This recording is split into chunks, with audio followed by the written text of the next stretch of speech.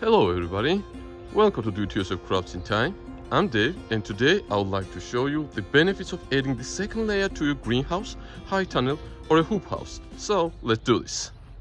What you see here is a DIY PVC greenhouse or a hoop house. I built the first outer layer somewhere in the middle of the last fall for growing the greens off season and added the second inner layer in the beginning of this year.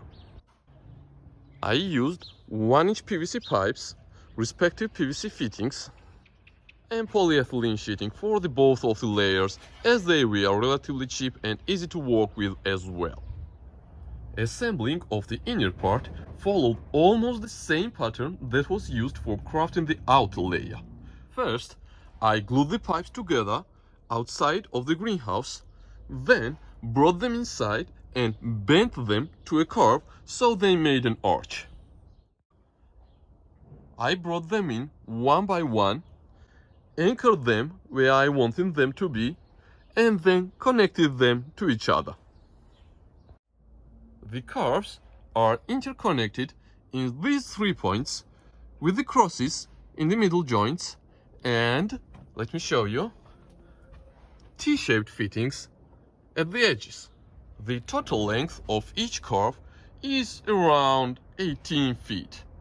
With the upper part of it being 6 feet long, 3 on each side, and the lower parts a bit more than 6 feet on each side as well. You may use a PVC cement liquid to hold the pipes together. In this case, I used a PVC pipes welder, but both will make the job done. After the skeleton was finished, I just put the poly sheeting over it to create the second layer. The space I got after all of these procedures was 10 by 12, 10 feet in width and 12 feet in length, which is only a bit less than what we had with the case of a one-layer greenhouse.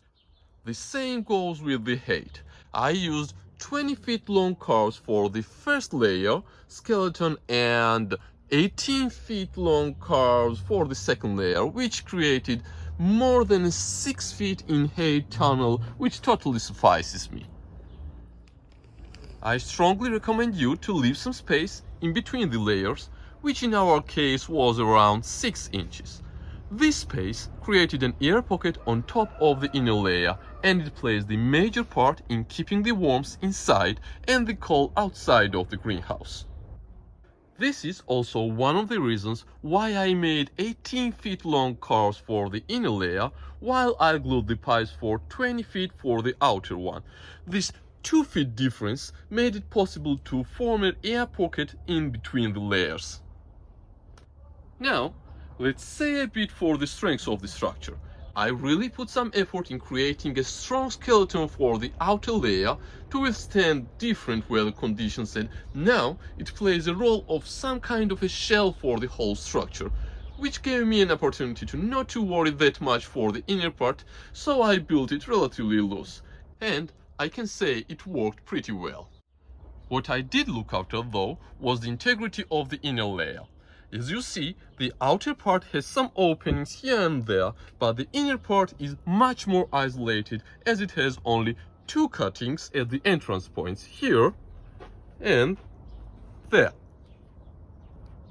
And this, along with the other recommendations I told you in this recording, gives me a chance to grow the greens before the actual growing season.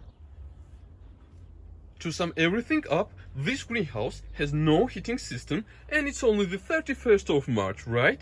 So, if you ask me if this approach works or if it's beneficial for growing the greens in non-startup growing seasons, my answer would be yes, definitely, go for it. That's all I could share with you right now. If you wish to see more details on how I assembled the outer layer, please check out my other video on this channel. I'll put the link in the video description as well. I hope you go for this option and add the second layer to your greenhouse, even right now, so you could start the spring season a bit earlier.